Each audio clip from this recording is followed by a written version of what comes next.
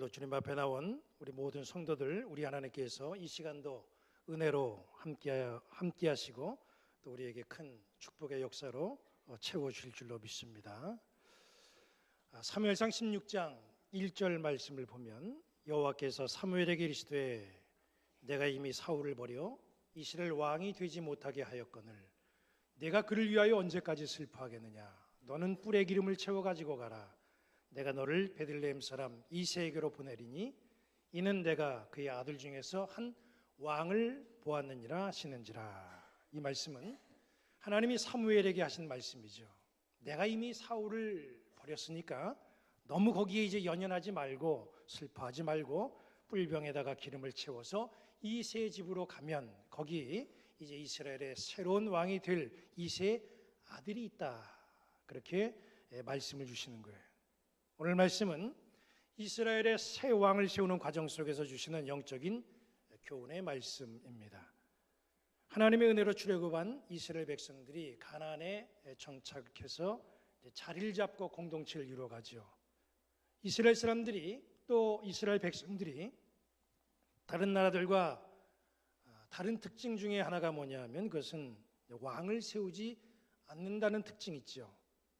자기들을 다스릴 왕은 오직 하나님 한 분이다. 그들은 그렇게 고백하면서 하나님만을 섬기는 그런 백성으로 살아가겠다고 다짐했던 것이 바로 이스라엘이었습니다.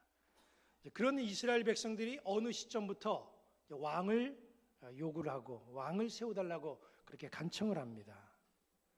이스라엘에는 왕이 없어도 재판을 담당하고 또 공동체를 이끌어갈 수 있는 지도자들, 사사들이 있었습니다.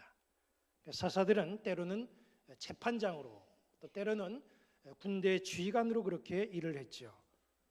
그런데 어느 시점부터 이 사사들에게 문제가 나타나기 시작했어요. 사사들이 감당해야 될 가장 중요한 일이 백성을 재판하는 일인데 이 사사들이 뇌물을 받고 판결하는 그런 일들이 생겨나기 시작했습니다. 이러다 보니까 백성들이 사사들을 더 이상 신뢰를 하지 않습니다. 그리고 신뢰하지 않다 보니까 사사들에게 재판을 의뢰하지 않아요.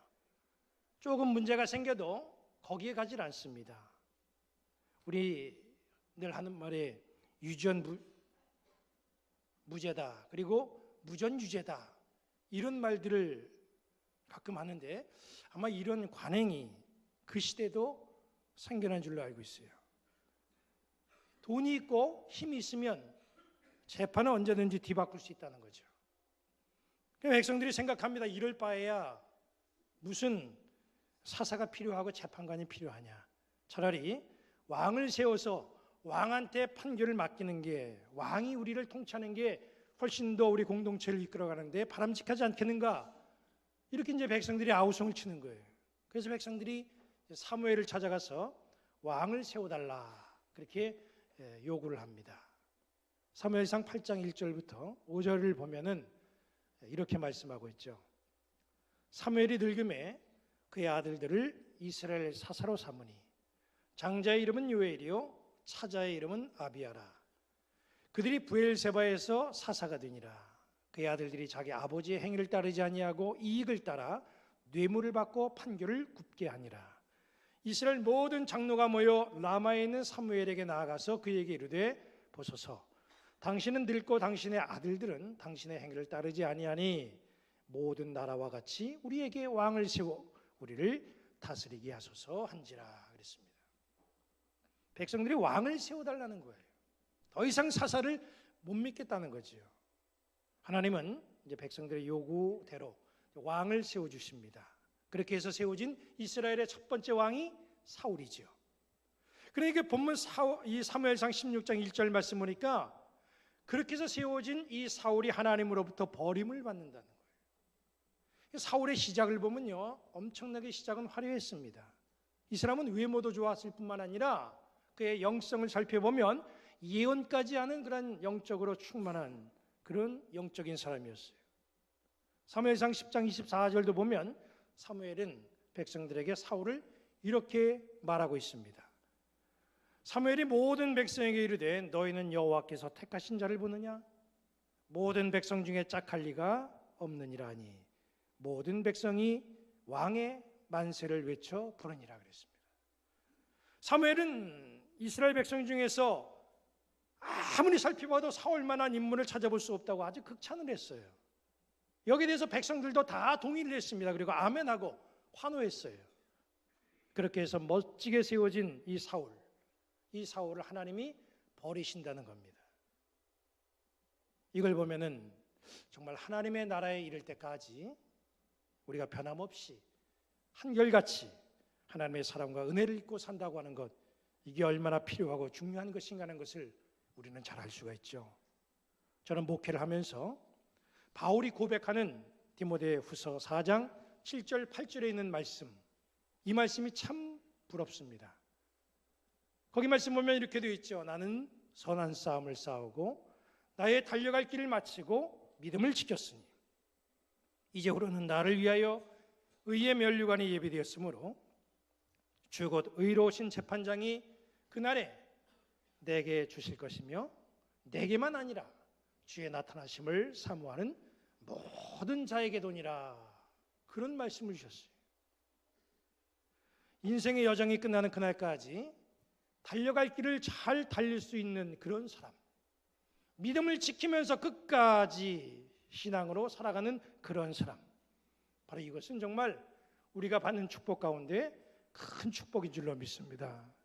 성경에 보면 믿음의 시작은 참 좋았지만 끝까지 그 믿음을 지키지 못한 사람들이 여러 명 나와 있어요. 아주 대표적인 사람을 본다고 한다면 우리가 예수님의 제자 중에 한 사람이었던 가룟 유다를 볼 수가 있잖아요.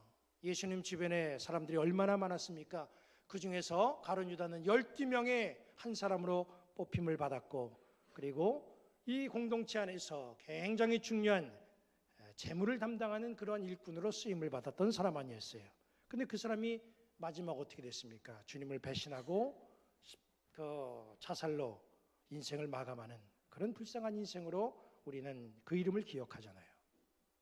초대교회 때도 그런 사람이 있었습니다. 그 이름이 누구냐면 데마라고 하는 사람이에요. 디모데후서 4장 10절을 보면 말씀이 이렇게 말씀하고 있습니다. 데마는 이 세상을 사랑하여 나를 버리고 데살로니가로 갔다. 복음을 전하던 초대교회 일꾼 데마는 세상을 사랑해서 바울의 선교를 돕다가 바울을 버리고 데살로니가로 갔다. 그렇게 바울이 편지 속에서 그렇게 언급하는 걸 보면 바울의 마음에 큰 상처가 됐던 것도 알 수가 있죠. 세상이 좋아서 믿음의 길을 끝까지 가지 못했다는 거잖아요. 우리 주변에서도 정말 저 사람은 흔들림이 없이 끝까지 신앙의 길을 잘 걸어갈 것이다, 그렇게 생각했던 사람이 중간에 믿음을 포기하고 사라져버리는 그런 안타까운 사람들도 종종 있습니다. 교회에서 발생하는 문제들, 또 성도들 간에 생겨나는 그런 피치 못할 문제들로 인하여서 교회를 떠나가는 그런 사람들이 있다는 거예요. 여기 앉아있는 우리들은 끝까지 달려갈 길을 잘 달리시고 믿음을 잘 지키셔서 주님의 나라에 무사히 당도할 수 있는 그런 성도들이 되시기를 우리 주님의 이름으로 간절히 축원합니다. 사울은 정말 시작이 멋지고 화려했어요. 그런데 안타깝게도 그의 결국은 하나님으로부터 버림을 받는 사람이 됐다는 거예요. 그 이유는 하나님에게 불순종하면서 자기 생각대로 하는 그런 정치 때문이었죠. 하나님은 이 사울을 버리고 이제 이스라엘에 이제 새로운 왕을 세우기 위해서 어떤 계획을 이제 진행해 나가십니다. 이 과정 속에서 왕의 자격이 무엇인지 말씀하시는 우리 하나님의 마음을 우리는 볼 수가 있고요. 또 하나님이 생각하시는 왕의 자격을 갖춘 사람은 누군가라고 하는 것도 볼 수가 있고, 또 왕을 세우는 이 일을 맡아 일하고 있는 이 사무엘이라고 하는 사람의 모습을 봅니다. 오늘은 이 위대한 일을 도모하는, 이 역사적인 이 일을 만들어가는 그러한 사무엘에게 우리 하나님께서 주시는 말씀, 그것이 어떤 것이고 그 속에 담겨져 있는 하나님의 은혜가 무엇인가, 우리가 함께 말씀을 통해서 살펴보도록 하겠습니다. 사무엘은 하나님의 계획을 들었습니다. 그리고 뿔병에 기름을 채워가지고 새 왕을 세우는 그 일을 이제 감당하게 됐어요. 어느 날 하나님이 사무엘에게 말씀을 주시죠. 내가 사울을 버렸다. 너는 베들레헴 이새의 집으로 가라. 그의 아들 중에서 왕이 될 아들이 있다. 말씀을 주십니다. 그 말씀을 주시려면 끝까지 자세하게 말씀을 주시면 참 좋겠는데 주시는 하나님의 말씀이 너무 애매합니다. 왜냐하면 여기 보면 이스라엘의 이새의 집에 아들이 8명이 있는데 그 8명 중에 다윗이라고 하는 그 아들이 있는데 그 아들을 찾아가서 머리에다 기름을 부어 왕으로 세워라. 이렇게 좀 구체적으로 말씀해 주시면 참 좋겠는데 그러면 사무엘도 마음에 작정을 하고 홀가분한 마음으로 그렇게 갈 수가 있잖아요. 그런데 하나님은 이새의 아들들 중에서 누가 왕이 될지에 대해서는 누구에게도 말하지 아니하고 사무엘에게도 그렇게 구체적으로 말씀을 주지 않았다는 거예요. 사무엘은 하나님의 명령을 받들고 이새의 집으로 가지만 누가 왕이 되는지는 알지를 못했어요. 그냥 모르고 가는 거예요. 그리고 사무엘에게 본문 3절은 이런 말씀을 주십니다. 이새를 청하라. 제사에 청하라. 내가 내게 행할 일을 가르치리니 내가 내게 알게 하는 자에게 나를 위하여 기름을 부을지니라 그랬어요. 내가 내게 행할 일을 가르친다 그랬어요. 이게 무슨 뜻입니까? 나는 너와 함께 있으면서 그때마다 내가 할 일, 그 일을 현장에서 알려줄 테니까. 그러니까 너는 어느 순간, 어느 때에 어떤 말씀을 내가 내릴지 잘 들을 준비는 하고 있으라 그 얘기예요. 출애굽기에 보면 하나님은 모세에게 사명을 주십니다. 이스라엘 백성들을 애굽에서 해방시키기 위해서 모세와 아론을 애굽의 왕 앞에 세우는 그런 계획을 갖고 계세요. 그런데 여기도 마찬가지로 하나님은 모세에게 아주 구체적으로 모든 계획에 대해서 말씀을 주지 않았습니다. 이제야 애굽에 가서 네가 말을 하면 애굽 왕은 말을 안 들을 테니까 첫 번째 재앙 내리고 내가 두 번째 재앙 내리고 10번째 재앙이 다 끝나서 이제 백성들이 나가 홍해를 건너고 이러이러한 절차를 거쳐서 내 민족 이스라엘 백성들은 가나안 땅에 들어간다. 구체적으로 말씀 안 했어요. 그냥 주님이 이 모세에게도 어떤 말씀을 줬냐 하면 출애굽기 4장 15절 보니까 이렇게 말씀을 줬습니다. 너는 그에게 말하고 그의 입에 할 말을 주라. 내가 네 입과 그의 입에 함께 있어서 너희들이 행할 일을 가르치리라 그런 거예요. 그때 가서 가르쳐 주겠다는 거예요. 거기서 보니까 하나님께서 그때 현장에서 행할 일을 가르쳐 주신답니다. 바로 하나님은 그런 분이라는 거예요.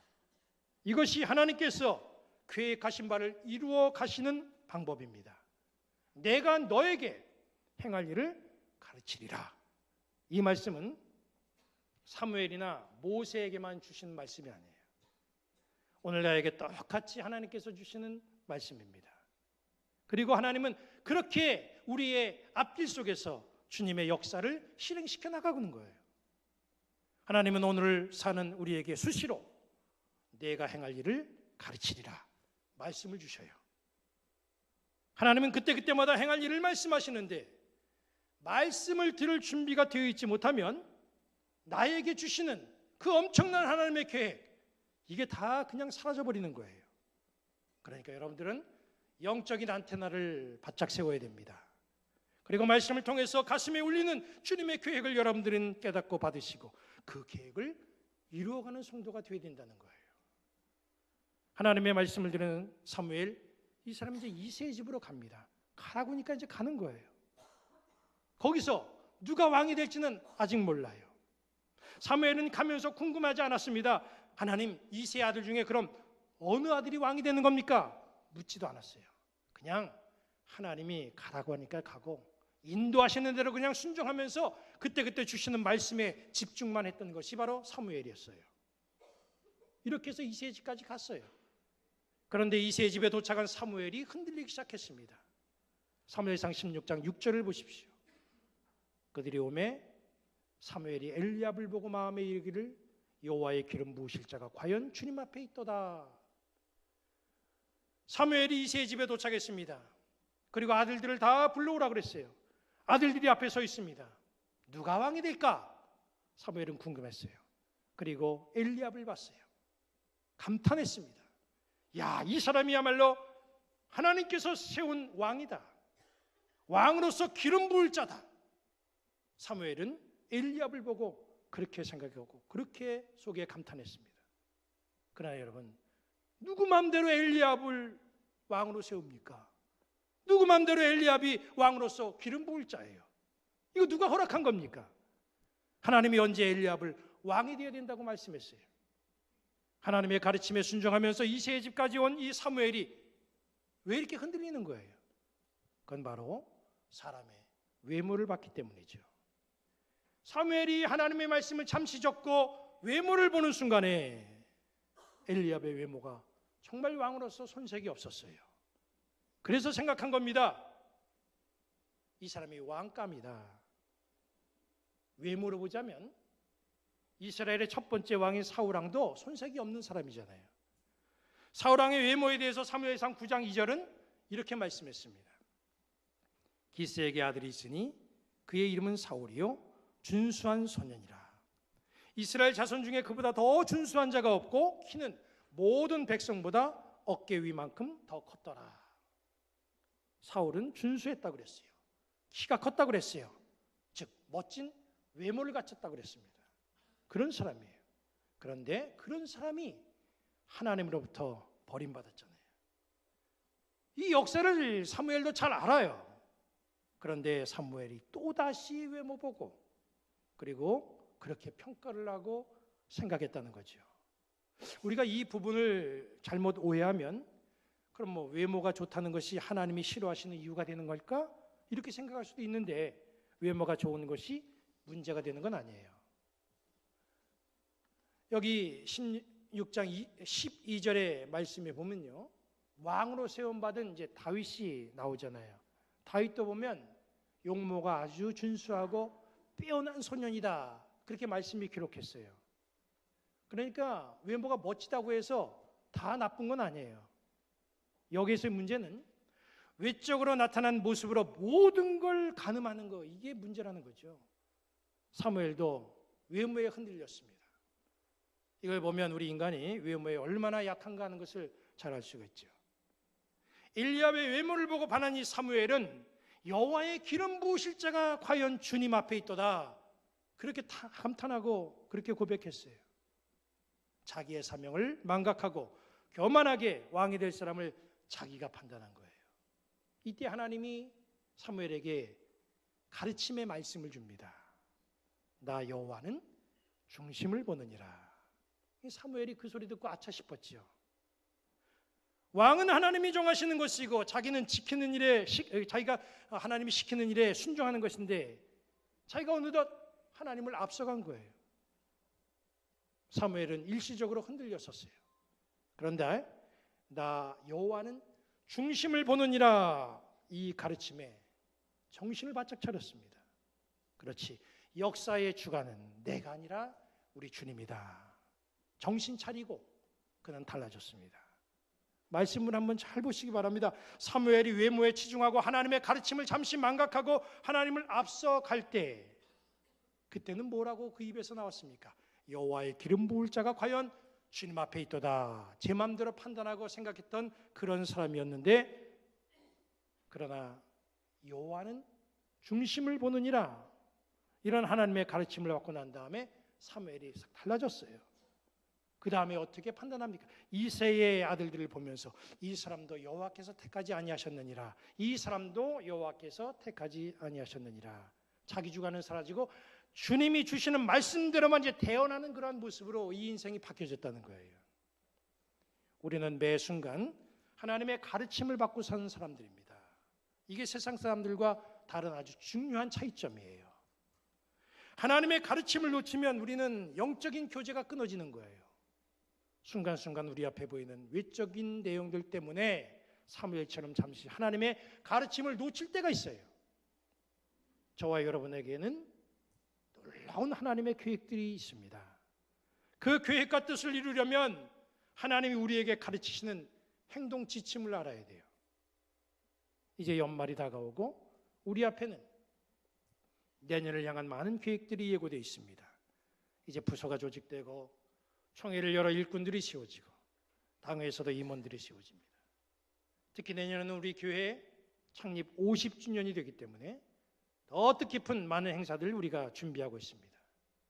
이 모든 일들을 위해서 하나님은 계획을 갖고 계셔요.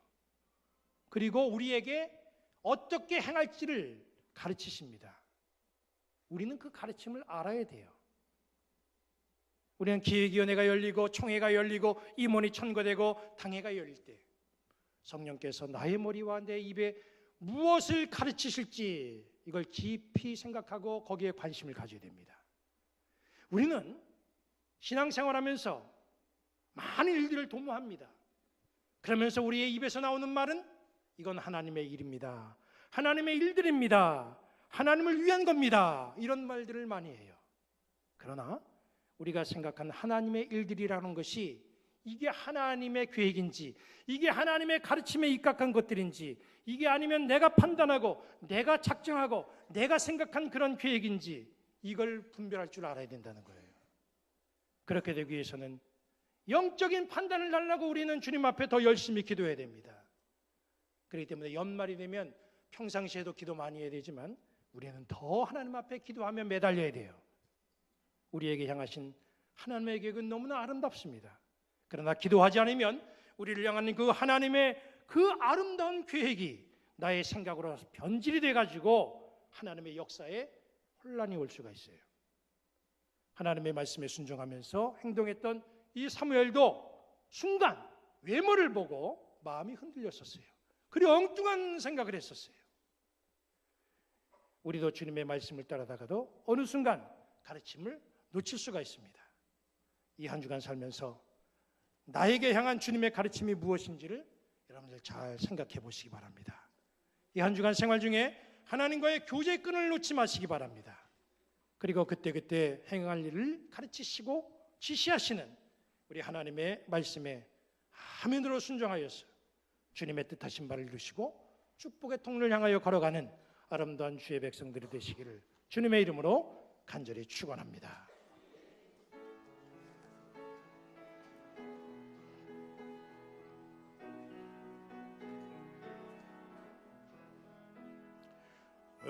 우리에게 향하신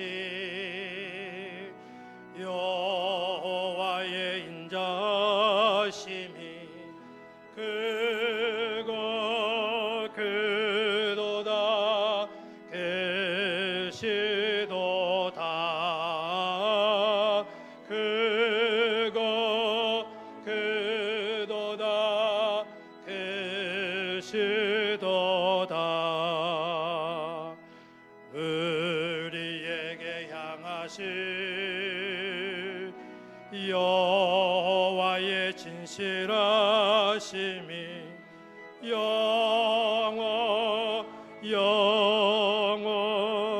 영원하신